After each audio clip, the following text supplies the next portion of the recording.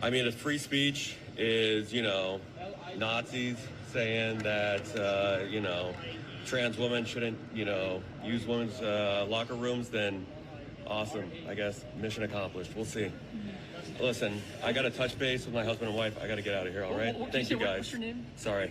Daniel. Thank you. And people wonder why.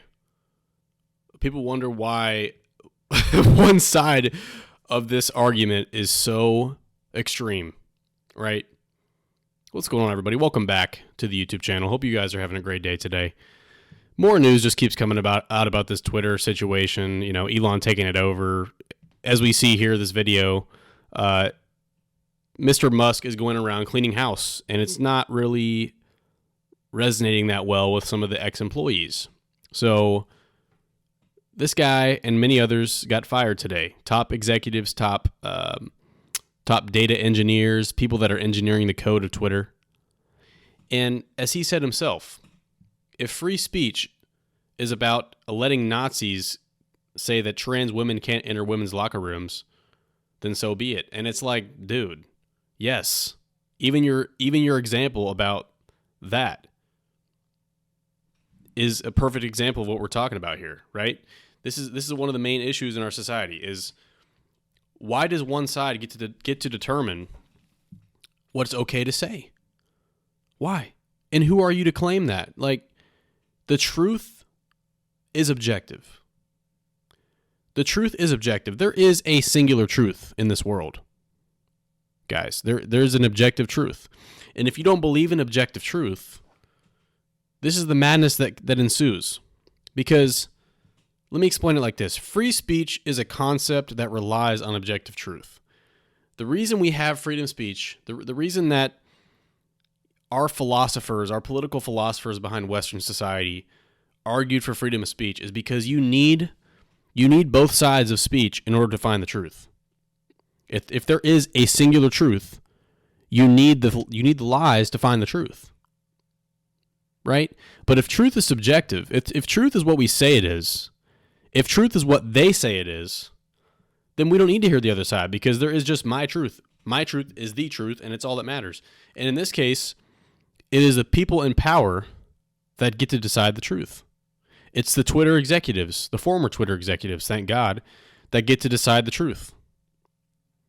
Who are you to decide the truth? How the audacity of these people to decide the truth? No. And it is important. It is important because the idea of free speech is this. Every standpoint must have its time. The extreme standpoints, even when they say their things, as long as we're not literally threatening, inciting violence,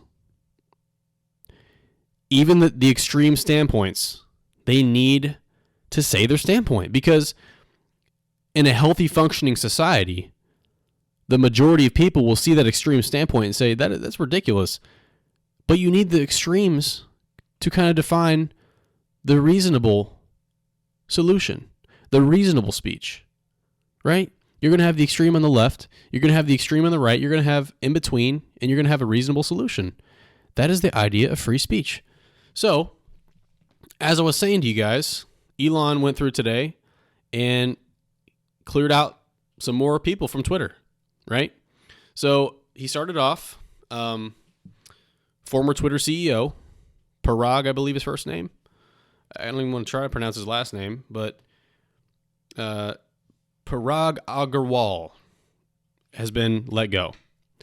The lady who also the lady who went on the Joe Rogan Experience. I'm not sure if you guys saw the episode where she went on there. She was the head of legal policy, trust, and safety at Twitter. She went on the Joe Rogan podcast, I think in 2018. This behavior, which is tweeting at the journalists with this either learn to code or things like Day of the Rope and other coded language, were actually ban evasion accounts. That means accounts that had been previously suspended. And we also learned that there was a targeted campaign being organized off our platform to abuse and harass these journalists. That's not true. So see, here's the thing. An activist who works for NBC wrote that story and then lobbied you. You issued an official statement, and then even the editor-in-chief of the Daily Caller got a suspension for tweeting "Learn to Code" at the Daily Show. So I have never talked to anybody from NBC about this issue, so I'm not sure. So they report it. Don't misrepresent me. They report it. The narrative goes far and wide amongst your circles. Then all of a sudden, you're seeing high-profile conservatives tweeting a joke, getting suspensions. And this is the lady that gets fired. Thank God. Thank God. I mean, this is one of the biggest victories in Western society in a long time. You know, Twitter has, excuse me, Twitter has become basically, as Elon said, the de facto public square. You know, the internet is so big at this point. The internet is so massive that the reality is Twitter is the place to go for discourse. And the fact that we had these people running it, I mean, how dangerous is that? You know, she tried to act like she was in the middle, like, oh, I don't know, no. She was the person who decided to ban the former president of the United States off of Twitter. She banned the president. Meanwhile, she keeps people on the Twitter like ISIS members, like the Taliban. They can have their Twitter account, but the former president of the United States gets banned. This is this lady's perspective. This is what we claim is supporting free speech, as she claimed, right? I don't think so. I don't think so at all. So Elon let go of those people. Additionally, on top of that, we saw some data engineers today get fired, and that's the video I showed you at the beginning of the video. Was a data engineer, and these people are the people designing the code for Twitter that decides who gets to speak. And we clearly can see in that clip, he can't even contain himself. He cannot even contain himself to at least conceal even his motive as a Twitter data engineer, former. Again, thank God, former. He can't even conceal his motives. He bursts out on video on a news interview, of all things. It's like, dude, do you not understand this interview is going to go viral?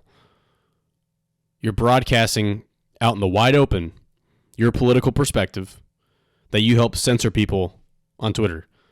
You should be ashamed of yourself. You should be ashamed of yourself. You know, when we look back in history, assuming the truth prevails, assuming freedom prevails, these people are the ones that tried to shut down freedom of speech, truth. These people are hindering the truth. And it's such a huge win. It's such a huge win for free speech. I can't even begin to describe how big a win this is for free speech and for Western society, for the United States of America. Thank God somebody like Elon Musk stepped up and said, you know what, I'm done with this. We're establishing freedom of speech. And guys, we better hope and pray that Elon Musk is protected, because I tell you what, there's a lot of people that are going to be mad at him in the coming years and months. There's a lot of people, and all for what? For protecting one of the most basic freedoms of human beings. So, yeah. Let me know what you guys think down below. Do you think it's a good idea to fire these people? I tend to think so myself. But yeah, let me know what you guys think about that down below. If you guys liked the video, if you took anything from the video, make sure you drop a like on the video. Subscribe here if you're new to Stating the Obvious. With that being said, I'll see you guys next time. Peace out.